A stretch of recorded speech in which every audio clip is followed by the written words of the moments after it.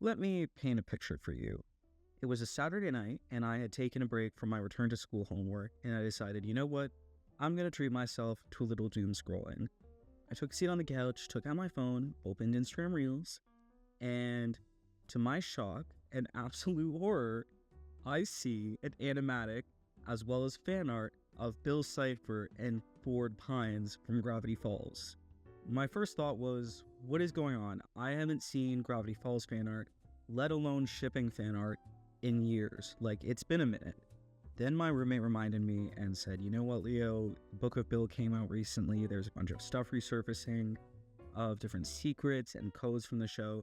So I was like, this makes sense. That's okay. So I thought, you know what, maybe it's a little corner of the community that's kind of getting excited again, deciding to make more fan art.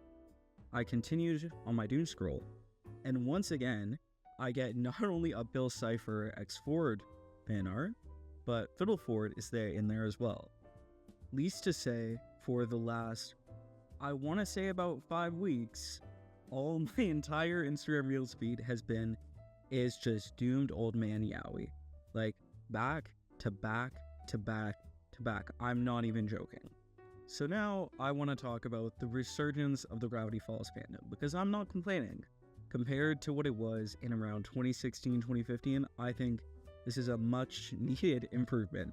But before we get into that, let me introduce myself. I'm Leo. Welcome to my channel. Pull up a chair, get yourself a nice cup of tea. I don't know if you're drawing while you're listening to this, or you just kind of have it on in the background. Either way, nice to see you here, and let's get to it. So I was about 7 when Gravity Falls came out, and I believe I was 11 years old when it ended. So I was right in like the target age demographic when it was coming out. And I remember when it first started coming out, it was kind of just something that, you know, would come up on the Disney Channel and I'd be like, oh, this is cool, whatever. Especially for around the first season, it was just kind of goofy. And I don't remember really thinking much of it. And then I believe it was around 2014, 2015, when I started gaining more internet access, where I was like, okay, this is pretty cool. I'm kind of into this.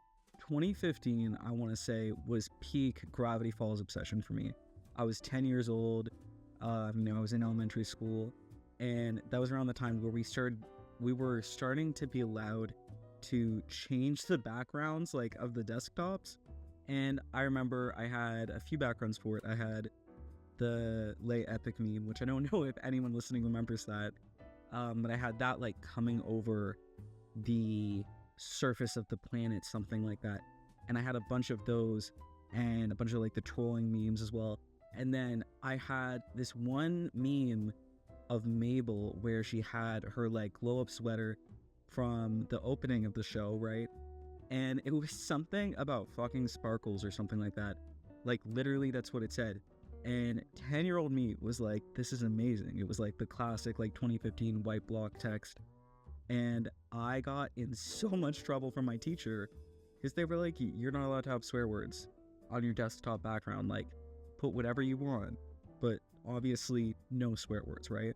So then I ended up changing it to a different Gravity Falls meme with that same like white block text of Stan. And I don't even remember what that said, but I'm pretty sure I had a swear in it too.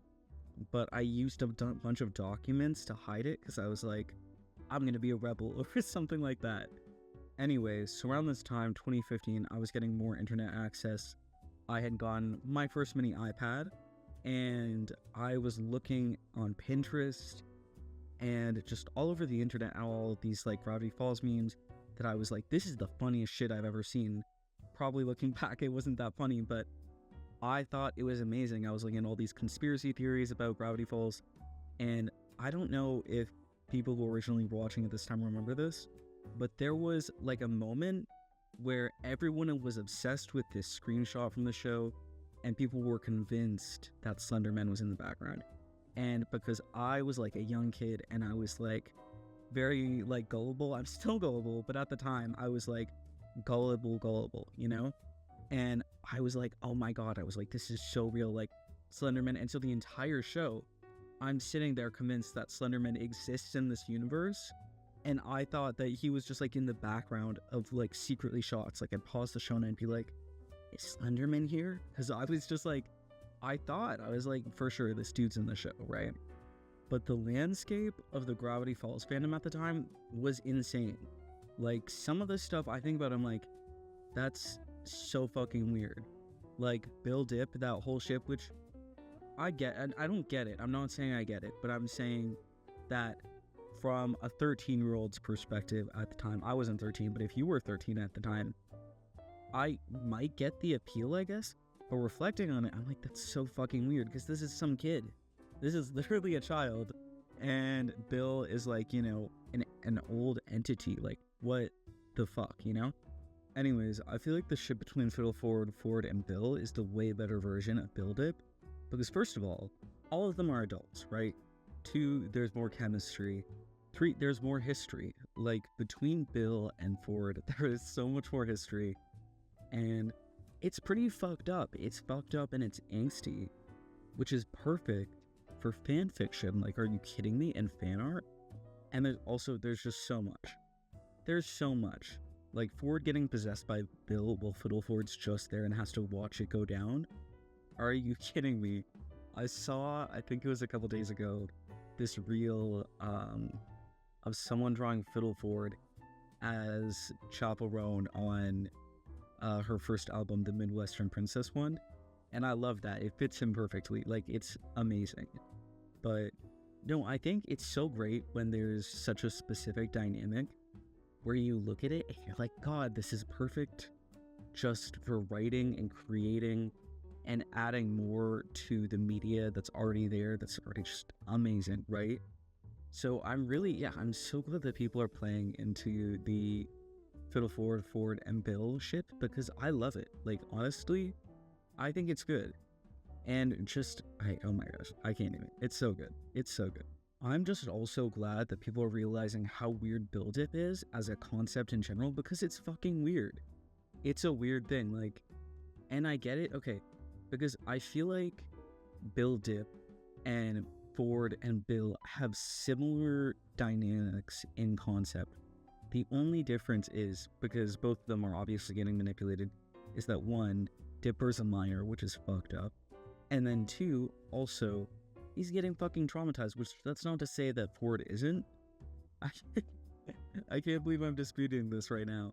But it's just, I feel like, yeah, I'm glad everyone's realizing how weird as a concept Bill Dip is. But the other weird thing that the fandom did, like, in 2016, and I'm not saying it was the entire fandom, but definitely certain corners of the fandom, were shipping Mabel and Dipper together. I don't know if you guys remember this, but they had some weird shit about that. Like, I remember unwillingly seeing, like, fan art of Mabel and Dipper together on Pinterest when I'd be doing my little scroll to find Gravity Falls fan art, right? When I was, like, into the show in, like, 2016. And then also on YouTube when I'd be looking at animatics, because surprise, surprise, I was a Hamilton kid at the time. When I'd be looking at Hamilton animatics, sometimes on the side in the suggested area, there would be like Mabel and Dipper animatics. I was like, guys, this is gross. I shouldn't even have to explain this. They're siblings and children. This is disgusting. Like, I'm glad that people are out of that, because I couldn't do it with the revival of the fandom. I'm very glad that that's faded away, because that was just really weird. And I'm just hoping that people who were doing that realized how weird it was and went, ew, that's gross, I should stop. You know, like, I hope that they realize that now. Another weird thing, though, to think about as well, for me personally, is that now, at this point in my life, I'm closer to Seuss's age than Wendy's age, which makes sense, and I don't mind it. I really like Seuss as a character.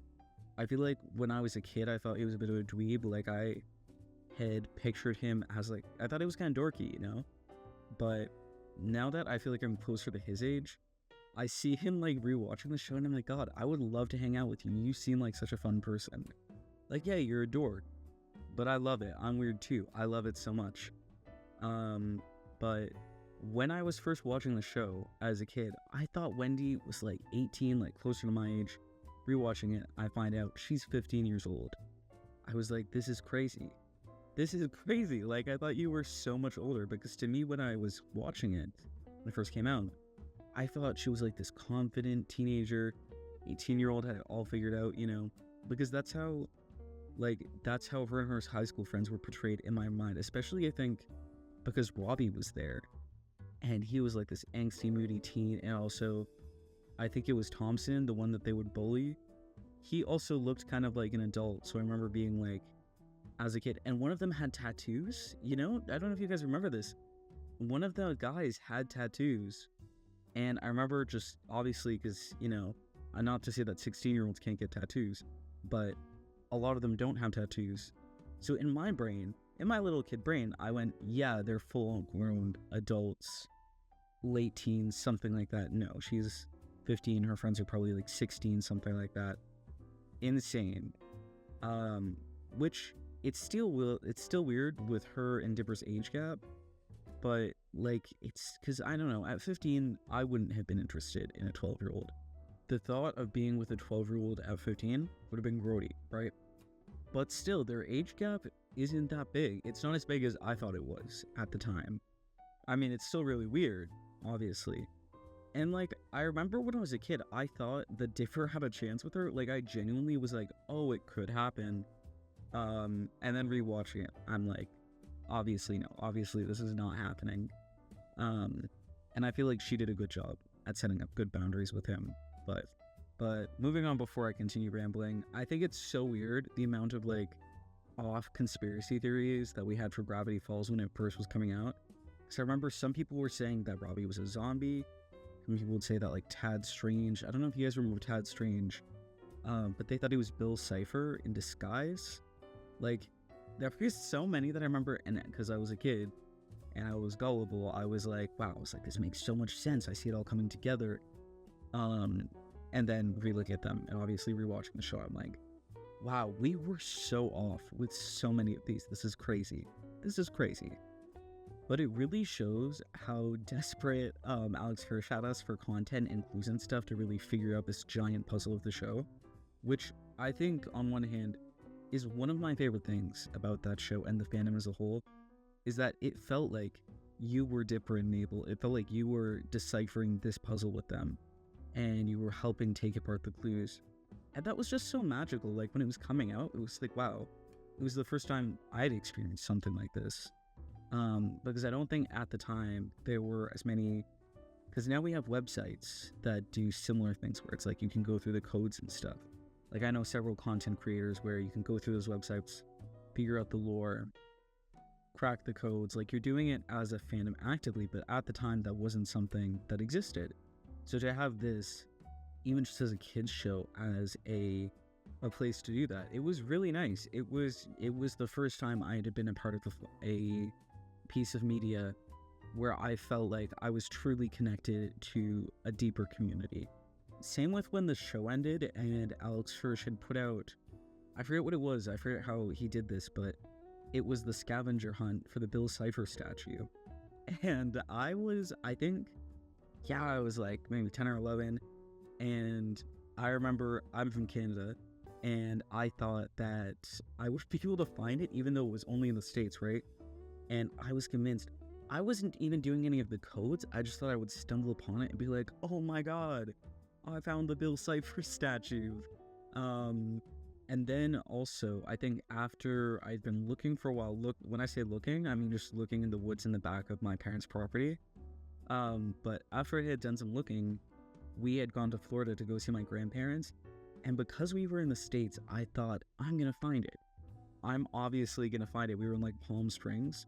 And it's like, where in Gravity Falls does it take place in Florida? Tell me, younger Leo, where is your logic in this? I think I was just so desperate to find it. And then I think I also thought in my brain that if I found it, I would meet Alex Hirsch.